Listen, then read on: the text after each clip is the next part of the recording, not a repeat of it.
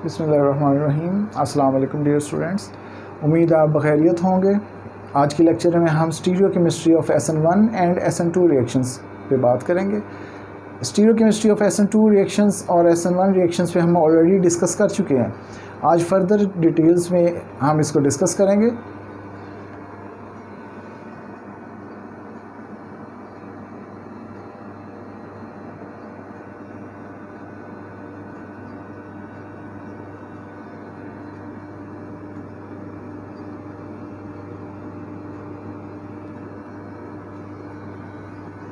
सबसे पहले बात करते हैं SN2 रिएक्शंस के बारे में।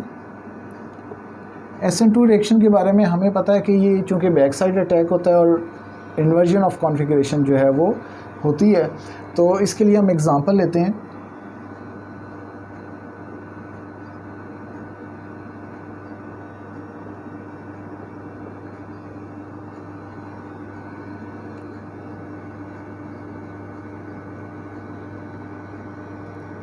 तो ये जब रिएक्शन होता है तो इसमें हमारे पास 2 ब्रोमो प्रोपेन ये सबस्ट्रेट है। यहाँ पे नंबरिंग देंगे 1 2 3 कार्बन्स हैं, तो इसलिए हम प्रोपेन का वर्ड यूज़ कर रहे हैं और 2 कार्बन के ऊपर ब्रोमो ग्रुप लगा हुआ है। तो ये कंपाउंड है 2 ब्रोमो प्रोपेन। अगर हम इसको हाइड्रोक्साइड के साथ ट्रीट करवाते हैं तो हमारे पास जो प्रोडक्ट बनती है वो 2 प्रोपेनॉल है। 2 प्रोपेनॉल। अगर हम देखें इसके अंदर कोई स्टीरियो सेंटर मौजूद है तो यहाँ पे हमें पता लगेगा कि यहाँ पे स्टीरियो सेंटर मौजूद नहीं है, क्योंकि ये जो 2 ग्रुप्स हैं ये भी CH3 है और यहाँ पे भी CH3 है। तो 2 मिथाइल ग्रुप्स लगे हुए हैं, यानी कि 2 एक जैसे ग्रुप्स लगे हुए हैं। इसका मतलब ये है कि ये स्टीरियो सेंटर नहीं है। तो जब स्टीरियो सेंटर मौजूद नहीं है, इसका मतलब है कि इन्वर्जन ऑफ कॉन्फ़िगरेशन हो या ना हो, इससे कोई ख़ास फ़र्क नहीं पड़ता। हमारे पास एक ही प्रोडक्ट जो है वो बनेगी जिसमें स्टीरियोकेमिस्ट्री इन्वॉल्व नहीं है।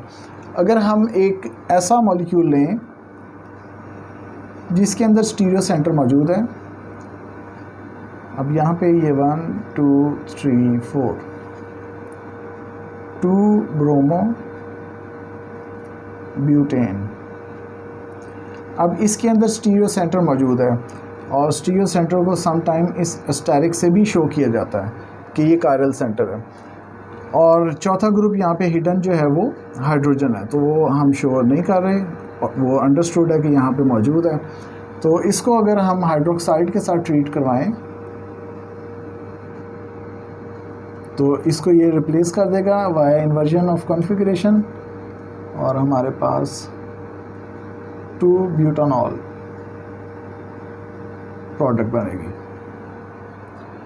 अब ये स्टीरियो सेंटर क्यों है? यहाँ पे 4 डिफरेंट ग्रुप्स हैं। इस तरफ मिथाइल ग्रुप है, यहाँ पे ये CH2 CH3, यानी कि ये दोनों बेसिकली इथाइल ग्रुप है, CH2 CH3, और यहाँ पे मिथाइल ग्रुप है। चौथा ग्रुप जो है वो हाइड्रोजन है।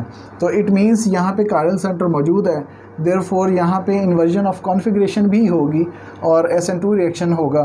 हमारे पास 2 ब्यूटानॉल जो है वो प्रोडक्ट बनेगी। अब स्टीरियोकेमिस्ट्री के लिए हमें ज़रूरी ये पता होना चाहिए कि यहाँ पे हमारे पास कॉन्फ़िगरेशन क्या है। तो इसकी कॉन्फ़िगरेशन हम तभी बता सकते हैं जब हमें स्टार्टिंग मटेरियल या प्रिकर्सर की कॉन्फ़िगरेशन का पता होगा। तो फॉर एग्ज़ाम्पल अगर हमारे पास इसी मॉलिक्यूल को अगर हम इस तरीके से लिखें,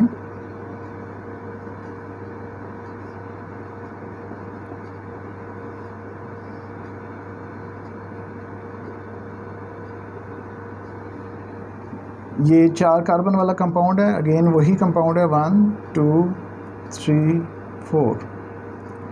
तो 2 पे जो है वो ब्रोमो ग्रुप लगा हुआ है, 2 ब्रोमो ब्यूटेन, ये वही मॉलिक्यूल है। मैं नंबरिंग एक दफ़ा मिटा रहा हूँ यहाँ से। अगर हम ये समझना चाहें कि इसकी जो कॉन्फ़िगरेशन है वो कौन सी है, तो हमें कान इनगोल्ड प्री-लॉग रूल्स का पता होना चाहिए। तो मुझे उम्मीद है कि आपने स्टीरियोकेमिस्ट्री में इसको डिटेल से डिस्कस किया होगा और डिफरेंट एग्जांपल्स को सॉल्व भी किया होगा। तो इसके अंदर हमारे पास चूँकि प्रायोरिटी वाला ग्रुप ब्रोमो ग्रुप है तो इसको प्रायोरिटी नंबर 1 मिलेगी। ये इथाइल है, प्रायोरिटी नंबर 2, मिथाइल को 3 और हाइड्रोजन को 4। और हमें पता है कि जब हम रोटेशन करते हैं तो 4 जो लीस्ट प्रायोरिटी वाला ग्रुप है वो अवे पोजीशन पे होना चाहिए। तो ऑलरेडी ये अवे पोजीशन पे है, ये वेज शो कर रहा है, ये टुवर्ड्स द व्यूअर है या अबव द प्लेन है। तो अब हम इसको रोटेट करते हैं 1 to 2। तो ये हम रोटेट किया हमने और हमारे पास ये एंटी क्लॉकवाइज है तो एस कॉन्फ़िगरेशन आ गई। तो इसका नाम होगा S2-ब्रोमो-ब्यूटेन। अब जब ये इसको रिएक्ट करवाया जाता है हाइड्रोक्साइड के साथ तो इन्वर्जन ऑफ कॉन्फ़िगरेशन होती है। तो एज अ रिज़ल्ट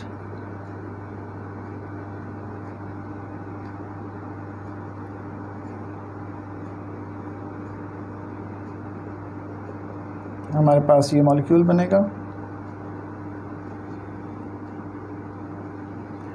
अब चूंकि हमारे स्टार्टिंग मटेरियल की कॉन्फ़िगरेशन S है तो हमें ये पहले से ही पता है कि प्रोडक्ट जो है वो अगर SN2 रिएक्शन है तो वो R होगी। इसको हम फर्दर देख भी लेते हैं। प्रायोरिटीज़ अगर असाइन करें तो ऑक्सीजन को इनकी निस्बत प्रायोरिटी मिलेगी और ये 1, ये 2, ये 3 और ये 4। और इस केस में रोटेशन जो है वो क्लॉकवाइज है तो ये R होगा, R2-ब्यूटानॉल। तो इसका मतलब ये है कि हम जब SN2 रिएक्शन करते हैं तो हमें प्रिकर्सर या स्टार्टिंग मटेरियल की कॉन्फ़िगरेशन का भी इल्म होना चाहिए ताकि हम जो हमारी प्रोडक्ट है उसकी प्रॉपर कॉन्फ़िगरेशन उसको असाइन कर सकें। इस केस में हमने एग्जांपल ली है S2-ब्रोमो-ब्यूटेन की, जिसमें हमें पता था कि जो ये मॉलिक्यूल है 2-ब्रोमो-ब्यूटेन इसकी कॉन्फ़िगरेशन S है। तो जब इस इन्वर्जन ऑफ कॉन्फ़िगरेशन होगी और SN2 रिएक्शन होगा तो उसके रिज़ल्ट में हमारे पास R2-ब्यूटानॉल एज प्रोडक्ट बनेगी। तो ये SN2 रिएक्शन था। अब हम बात करते हैं SN1 रिएक्शन के बारे में। अब हम बात करेंगे SN1 रिएक्शन के हवाले से। SN1 रिएक्शन में हमें पता है कि जब प्रोडक्ट बनती है और उसमें स्टीरियो आइसोमर अगर स्टार्टिंग मटेरियल में मौजूद है तो 2 तरह के स्टीरियो आइसोमर्स प्रोडक्ट में बनते हैं। तो उसको हम देखते हैं।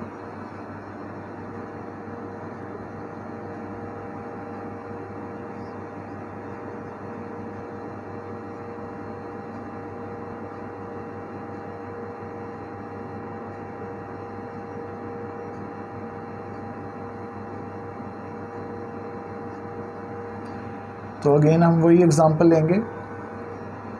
ये वाला मॉलिक्यूल जो है वो S2-ब्रोमो-ब्यूटेन, ये हमारा स्टार्टिंग मटेरियल है और इसकी रीज़न हमने अभी डिस्कस किया है। इसको प्रायोरिटी वाइज 1 नंबर मिलेगा, इथाइल ग्रुप को 2, मिथाइल को 3 और हाइड्रोजन को 4। और जब हम रोटेशन करते हैं तो हम 4 को इग्नोर कर देते हैं क्योंकि वो अवे पोजीशन पे होता है, तो हम 1 से 2 की तरफ मूव करते हैं। तो ये एंटी क्लॉकवाइज है तो इस वजह से S होगा। अब जब SN1 रिएक्शन में इसको ट्रीट किया जाता है तो SN1 रिएक्शन में हमें पता है कि सबसे पहले कार्बोकेटाइन बनता है, तो लीविंग ग्रुप निकल जाता है।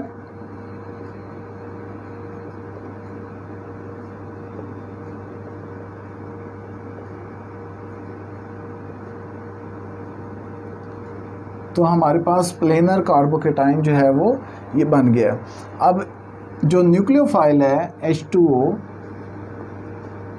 वो इधर से भी अटैक कर सकता है, वो इस तरफ से भी अटैक कर सकता है क्योंकि जो कार्बोकेटाइन है sp2 हाइब्रिडाइज्ड है और प्लेनर मॉलिक्यूल है, इसके दोनों तरफ से अटैक जो है वो पॉसिबल है। अब अगर न्यूक्लियोफाइल वहाँ से अटैक करेगा जहाँ से लीविंग ग्रुप निकला था तो हमें रिटेंशन ऑफ कॉन्फ़िगरेशन जो है वो हासिल होगी, यानी कि मॉलिक्यूल अपनी कॉन्फ़िगरेशन को रिटेन करेगा as that of starting material.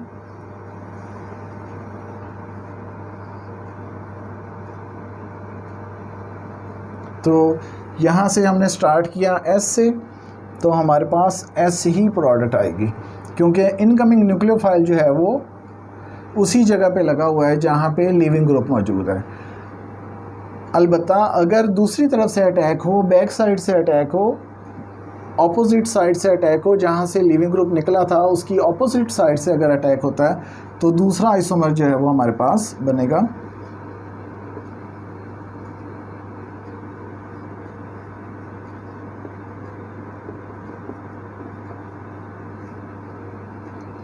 और उस केस में ये R होगा। ये R2 ब्यूटानॉल और ये S2 ब्यूटानॉल। तो इसका मतलब ये है कि जब फर्स्ट स्टेप में कार्बोकेटाइन बनता है तो कार्बोकेटाइन चूँकि प्लेनर है, दोनों तरफ से उसकी तरफ अटैक हो सकता है। और जब अटैक होता है तो अगर अटैक उसी जगह से हो जहाँ से लीविंग ग्रुप निकला है तो हमारे पास वही कॉन्फ़िगरेशन बनती है, यानी कि रिटेंशन ऑफ कॉन्फ़िगरेशन होती है, कॉन्फ़िगरेशन रिटेन होती है प्रोडक्ट के अंदर। और अगर अटैक दूसरी साइड से हो, ऑपोजिट साइड से, जहाँ से लीविंग ग्रुप निकला था उसकी ऑपोजिट साइड से, तो एज ए रिज़ल्ट हमारी कॉन्फ़िगरेशन इन्वर्ट हो जाती है। तो हमें पता है कि जो इनैंशियोमर्स होते हैं उनकी आपस में कॉन्फ़िगरेशन जो है वो ऑपोजिट होती है। तो अगर एक मिक्सचर के अंदर 50% R हो और 50% S आइसोमर हो, इनैंशियोमर हो, तो इसको हम रेसिमिक मिक्सचर कहते हैं।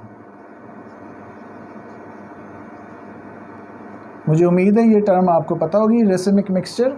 तो जिसमें दोनों जो मॉलिक्यूल्स हैं वो इनैंशियोमर्स, स्टीरियो आइसोमर्स इक्वल अमाउंट में मौजूद हैं, उस मिक्सचर को हम रेसिमिक मिक्सचर कहते हैं। और अगर ये रिएक्शन के रिज़ल्ट में ये दोनों प्रोडक्ट्स इक्वल अमाउंट में बनती है तो ऐसे केस में कंप्लीट रेसिमाइजेशन होती है।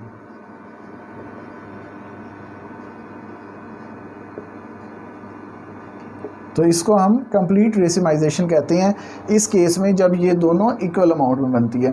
जनरली ये इक्वल अमाउंट में बनती है, लेकिन समटाइम्स इन्वर्टेड प्रोडक्ट ज़्यादा बनती है, और इन्वर्टेड प्रोडक्ट जो ज़्यादा बनती है ऐसे केस में इसको हम पार्शियल रेसिमाइजेशन कहते हैं।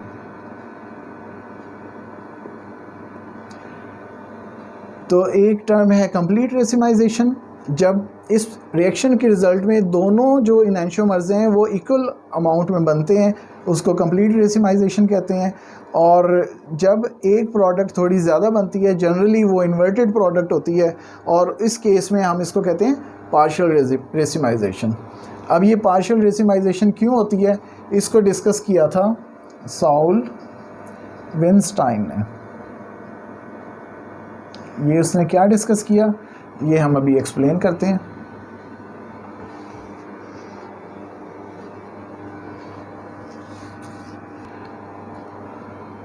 सॉल विंस्टाइन ने प्रपोज़ किया कि जब हम अल्काइल हैलाइड को सॉल्वेंट के अंदर डालते हैं तो फर्स्ट स्टेप में ये डिसोसिएट होता है, और डिसोसिएट होने के रिज़ल्ट में जो आयंस बनते हैं वो एक दूसरे के साथ रहते हैं। ऐसे पेयर को इंटीमेट आयन पेयर कहा जाता है, यानी कि ऐसा आयन पेयर जो एक दूसरे के बहुत क्लोज़ है आफ्टर डिसोसिएशन। तो फर्स्ट स्टेप में अल्काइल हैलाइड को जब डालते हैं सॉल्वेंट के अंदर तो अंडर SN1 कंडीशंस ये इंटीमेट आयन पेयर जो है वो प्रोड्यूस करता है, और वक्त के साथ इनके दरमियान में एक या ज़्यादा सॉल्वेंट मॉलिक्यूल्स आ सकते हैं। ऐसे पेयर को सॉल्वेंट सेपरेटेड आयन पेयर कहा जाता है। सॉल्वेंट सेपरेटेड आयन पेयर, दरमियान में सॉल्वेंट मौजूद है। तो सबसे पहले अल्काइल हैलाइड हमने ऐड किया सॉल्वेंट में SN1 कंडीशंस के अंदर, तो हमारे पास इंटीमेट आयन पेयर मौजूद जो है वो बना, और इंटीमेट आयन पेयर में हमारे पास जो आयंस हैं वो एक दूसरे के बहुत क्लोज होते हैं।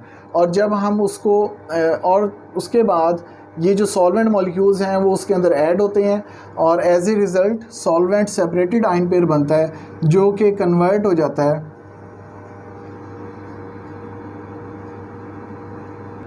डिसोसिएटेड आयंस में। या इसको हम थोड़ा सा ज़्यादा डिस्टेंस को शो कर लेते हैं। तो ये जो है डिसोसिएटेड आयंस हैं।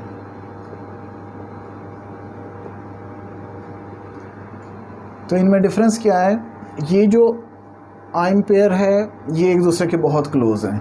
यहाँ पे एक या दो या ज़्यादा मॉलिक्यूल्स, शायद एक मॉलिक्यूल्स जो हैं इन दोनों आयंस के दरमियान मौजूद हैं, जबकि इस केस में ये कम्प्लीटली डिसोसिएटेड है। अब होता ये है कि अगर कम्प्लीटली डिसोसिएटेड आयंस के साथ न्यूक्लियोफाइल अटैक करे तो as a result complete racemization होगी।